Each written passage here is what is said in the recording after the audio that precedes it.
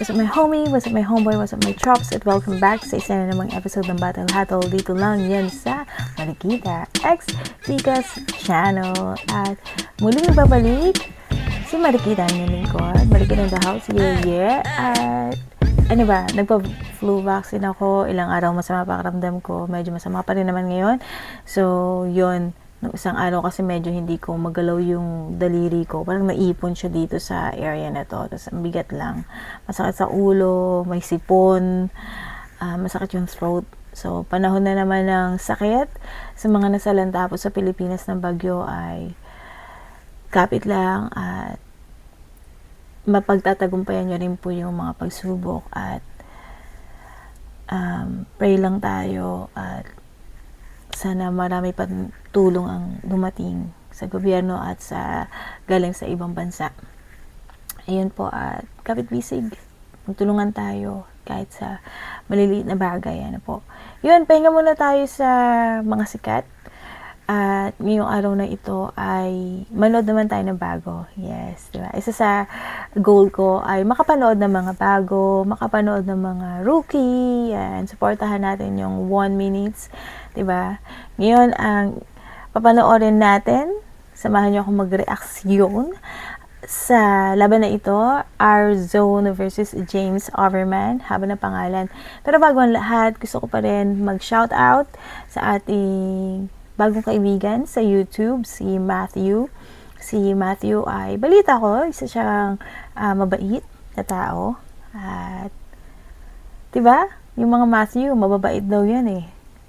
Matthew Nurin. Ay, nye.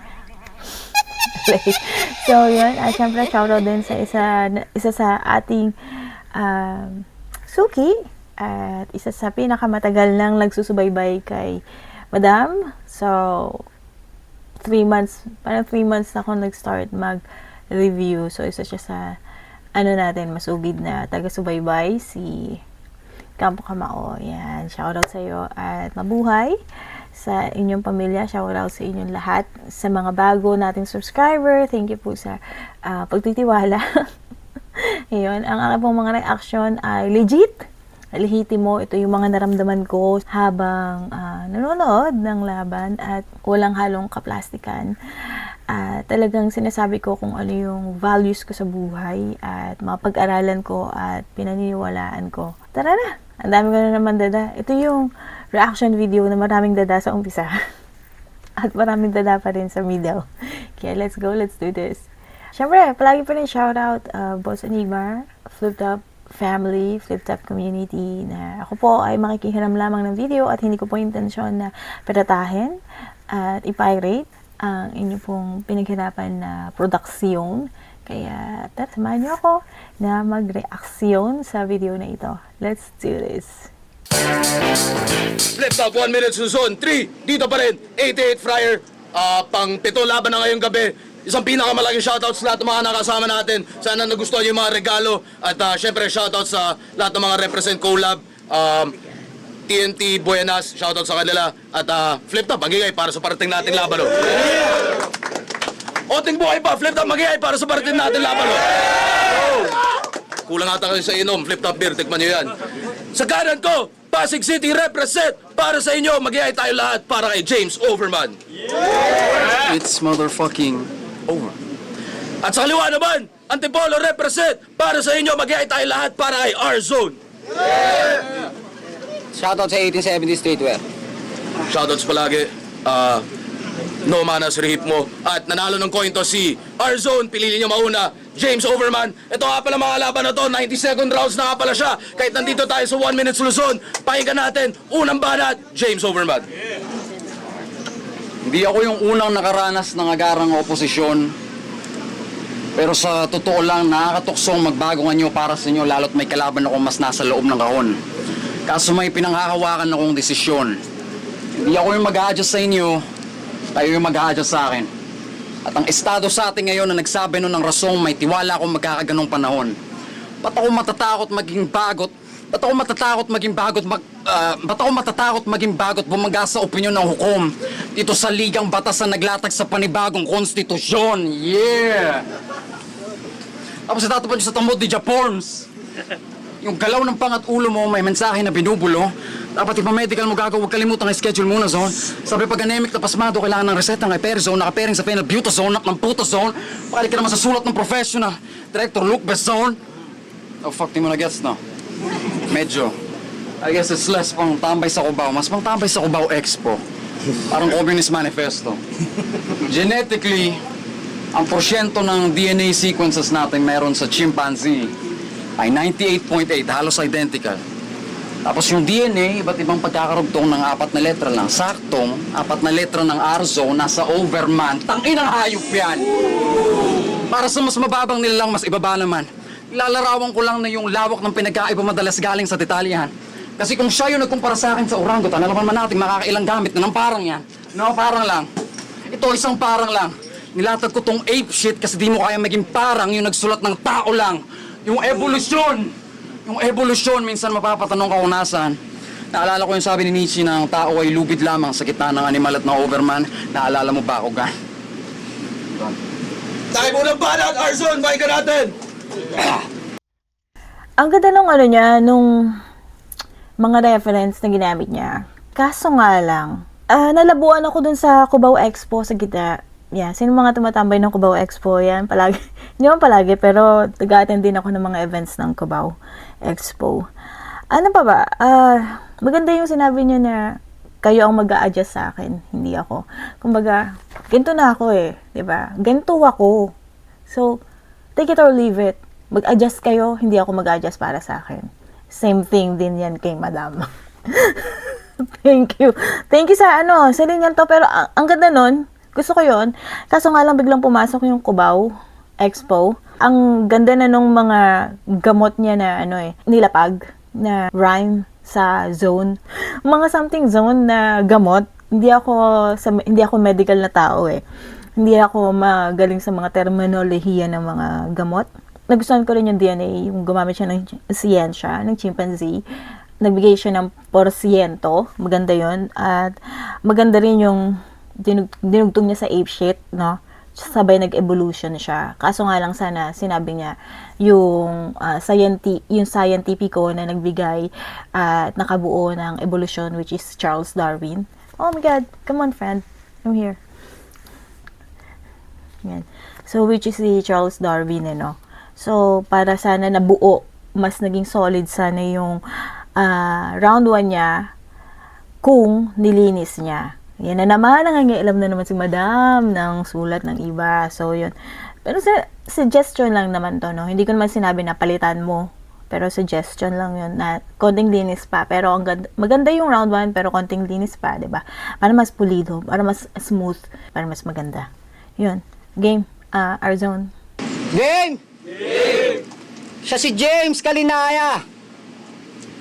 High profile at private na tao kung di nyo siya kilala. Kahirapan akong maghanap ng info bukod sa 2 battle niya, wala na. Sabi ko, paano to? Mukhang wala ng pag-asa. Sobrang hirap mong i-stalk nung tikna ako magpatulong kay Katana. Pangalan niya, James Overman. Hoy, support, ba't ka nandito? James Overman? Tangin at tunog pang superhero. Kasi kung may Superman, Batman, Spider-Man, ikaw James Overman.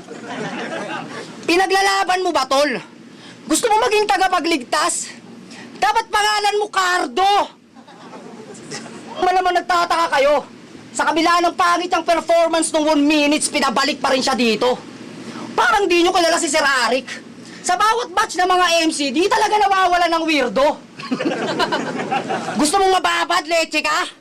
Pwes kapos ka pa ba dito? Di lahat ng may sayad pwede na. Porket panahon na ni Carlito. Panahon lang siguro. Pero hindi mo pa time best. Asa ka naman na mahugot at makakuha ng passes. Ibang sandata yung binunot. Ito yung dadaan ng process. 2 palakol sa bungo mo. Total gusto mo ng access. Access. Hiyang-hiya ka sa pagkakalat mo sa laban nyo ni Antonym. Halos ayaw mo daw ipamalita. Tinatago mo sa tao yung pangit mong pinakita. Kasi di ka nakagalos kay Antonym. Di mo siya nagawang masaktan.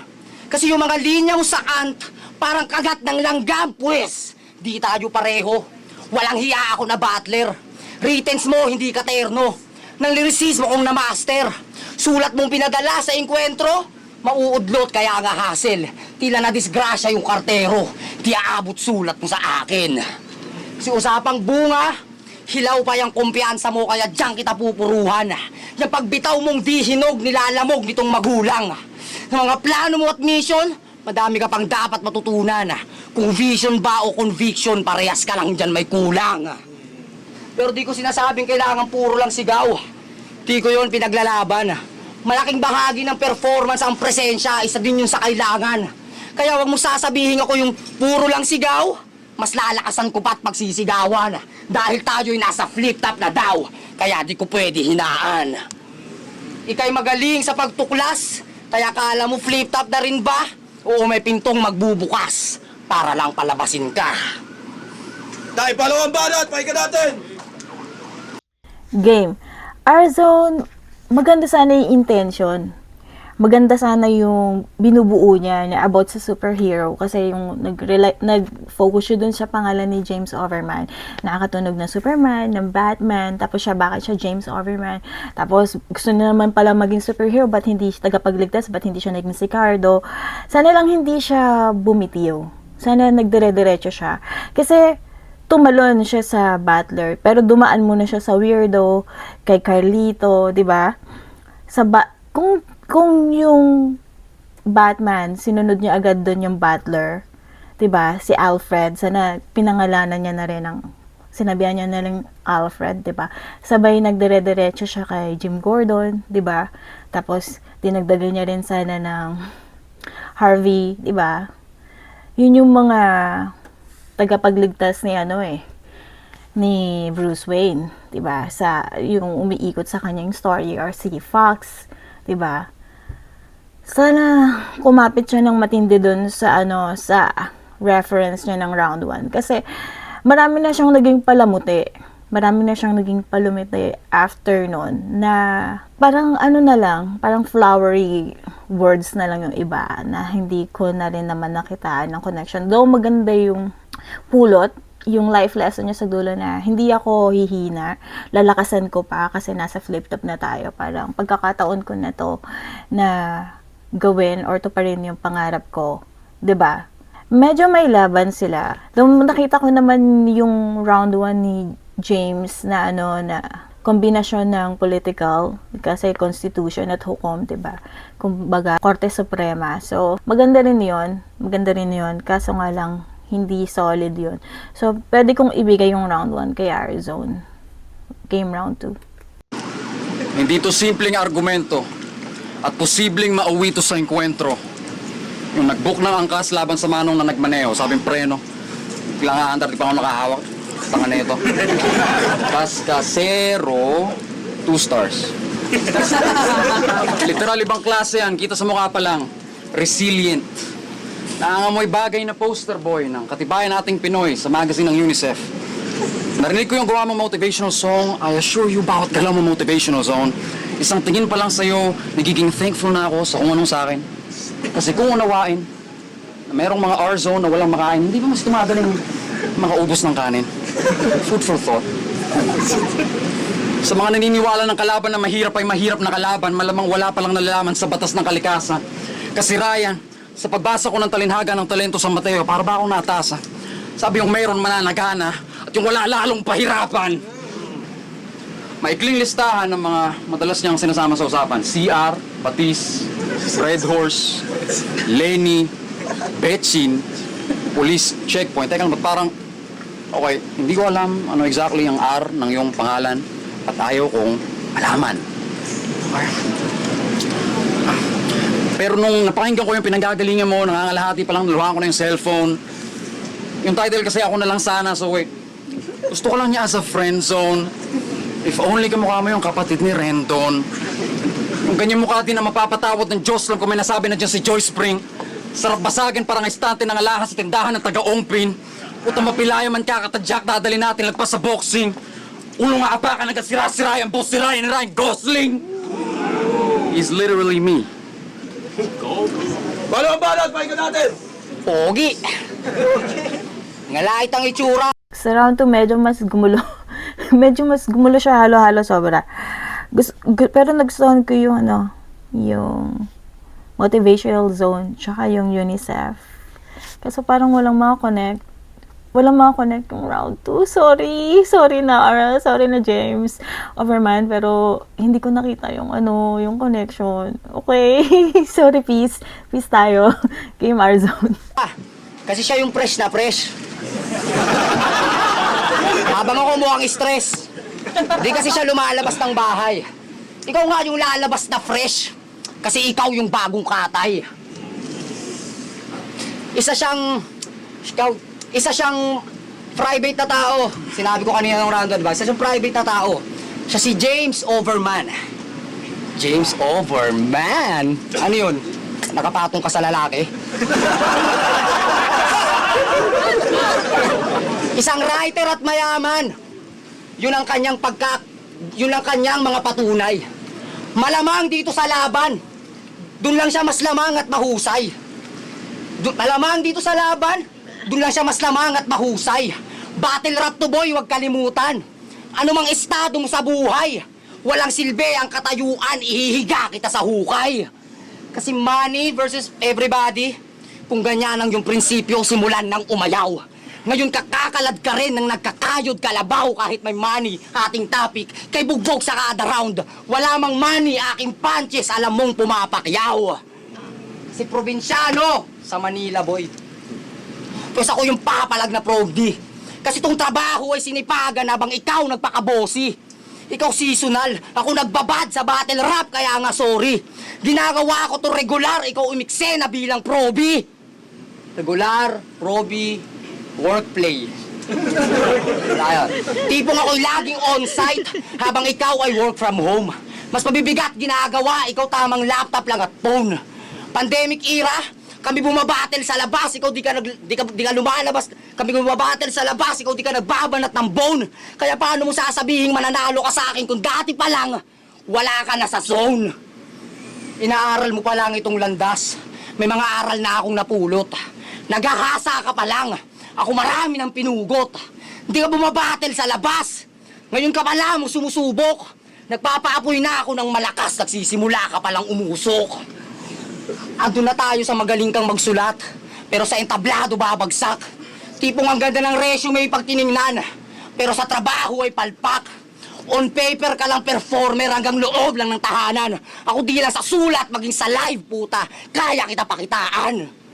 Ito na ang iyong huling tungtong. Ikaw ang pag-iinitan. Mananatili kang mapurol sa patalasan ng isipan. Tung sanay sa kwarto magkulong, wasak-wasak ko naiiwan kung siya yung makatang bumubulong. Ako babasag ng katahimikan. Lamang na lamang ka sa laban na to. Kasi ang dami kong battle sa YouTube na pagkukuhaan mo ng returns. Habang ako, 2 battle lang yung meron ka na pang all 3 rounds kung iisipin. Parehas tayong aplikante ng flip top. Sino sa ating pipiliin? Nasa Pinas ka kaya given na mas magaling natatanggap yung mas maraming experience. Ulit ba natin pakinggan natin? Maganda naman yun, nag-selfie bar siya. Parang pangasan na lang tayo, parang palakasan na lang tayo ng experience. So, totoo yun, no, na kahit dito naman kung nag-apply ka ng trabaho, tapos wala kang experience, tapos makakasabayan mo maraming experience, tapos may degree pa, 'di ba? Kaya wala kang laban. Maganda naman yung selfie bars, kaso maganda to sa round 1. Pero pag palapit ka na ng palapit sa dulo, dapat mas kinakatay mo na yung kalaban mo. Metaphor yon, no? Hindi yun literal. So, ayun lang. Maganda yung round 2 ni R-Zone, kaya bibigay ko pa rin sa kanya yung round 2. May mga buckles lang siya, pero maganda yung delivery niya. Marami siyang sulat. Halatadong nag-prepare siya ng malala. Kahit 1 minute stop, pero parang pang regular na laban yung pinrepare niya. Kaya okay din naman yun. Though, overtime siya. Pero kung hatiin mo pa rin, may mas laman yung round 2 niya kaysa kay James Overman. Nung nahulaan mo maghahambing si Da Vinci ng mga salita sa ibang salita, nakakataas balahibo sa leeg. Iisang tao lang ang nakatadhana mapagkalooban ng ganyang galing sa pagpredict. Ikaw ang Lisa Nalgaib. Sa paraiso nyo dali. I guess technically ang ganyang multi ang baon niya. Wordplay, sabi ko na. Ay, papasa naman na talagang prediction. Pero alam mo na ba yung salitang description? Baka lang mas fiction. Habang nasa teknikalan na usapan na tayo, pag-usapan natin yung kadalasang damo, reklamo. Minuson nyo nga yan, G. Paglagpas sa timing, pag may damay na tao, pag isang angulo lang yung inaasikaso, may pahapyaw sa urado, halos automatically. Isang tanong lang, at yung makakasagot bilang kumamaya ng Jollibee. Ba't ba desperado tong si Ryan manalo via technicality? Gago halata lang masyadong galing ka sa scarcity. Mindset ba? Mindset. Kulang-kulang. Tinapat ka pa sa taong... Kulang-kulang. Tinapat ka pa sa taong nakakatangin na lahat na lang. Sa crowd may pinagdadasal. Tangina, gago magkalat ka diyan. Ako na lang sasagot sa bat naman. Kasi yung may talino nakakaangat, nakakapili na nga anakan at yung naiwan sa kalakaran, wala silang karapatan. Tapos yung proseso mangyayari sa anak naman, tapos sa anak ng anak naman at sa anak ng anak naman hanggat ganyan. Pansinin na ang lahat ng binigkas ko na linya, iba't ibang paraan lamang para sabihin na may batas ng kalikasan, walang likas na hustisya. Likas na hustisya. Oo nga, no? Oh shit, magrereklamo na yan. Ngayong binabalikan, Arzo naman, mala John F. kasi tila, hindi nga nadatna, nagpakali Harvey 3 rounds, isang anggulo lang. Ibaon sa green grass of home, pagbigay-pugay kay Tom Jones, kakarating lang ng pulong, hindi nahuli ng customs, lalabas ng bakal yung tipong, hindi mo makukuha sa all home, malalagyan ng butas si R-Zone kasi nga ng butas sa ozone. It's motherfucking over. Huling banat, pakinggan natin. Good breath ka, ha? Yung pala yun, yung pang-umpisa niya na it's motherfucking over. Maganda yung ozone. Yung ozone layer, di ba? Na doon mo mararamdaman na butas na talaga dahil sobrang malaking butas na dahil ang init na sa mundo eh. Tapos yung climate change, di ba? Malala. Ano ba? Maganda naman. Maganda yung round 3 niya. Actually, ito yung pinakamalakas niya na round, which is good. Kasi dapat talaga yung round 3 yung pinakamalakas. At ang gaganda ng rhyming na ginagamit niya, mga pang leveling lumileveling yung yung mga rhyming words na ginamit niya, kaya masabi ko solid yung round 3 niya somehow, kasi medyo nagbabakal siya pero maganda rin yung delivery, yung angas, diba? Yun, feeling ko ito yung malakas niya na round, yung round 3.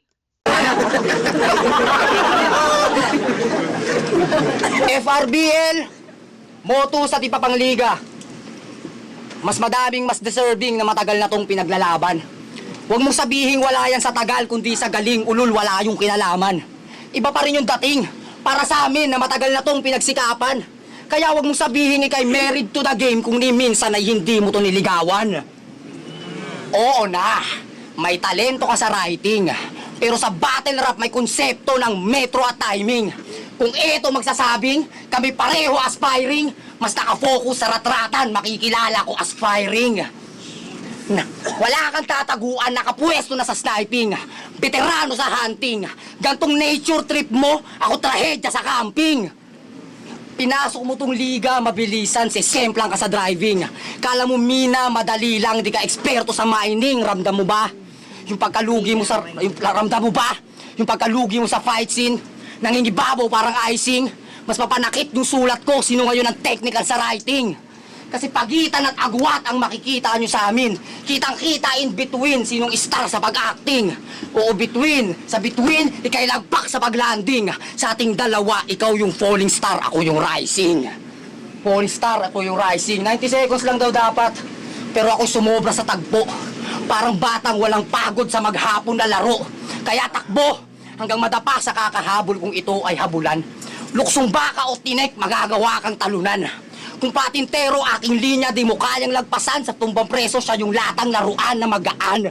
Hanggang sa mapag-alaman, kahit sa oras ay lumabis, lumitaw pa rin naman tong batang nasa harapan, naglalaro pa rin sa 90s. Naglalaro pa rin sa 90s. Saluhin mo mga suntok, papunta lahat to sa yung face. Kitang trinabaho ka ng overtime, ngayong pinapasukan ka ng straight.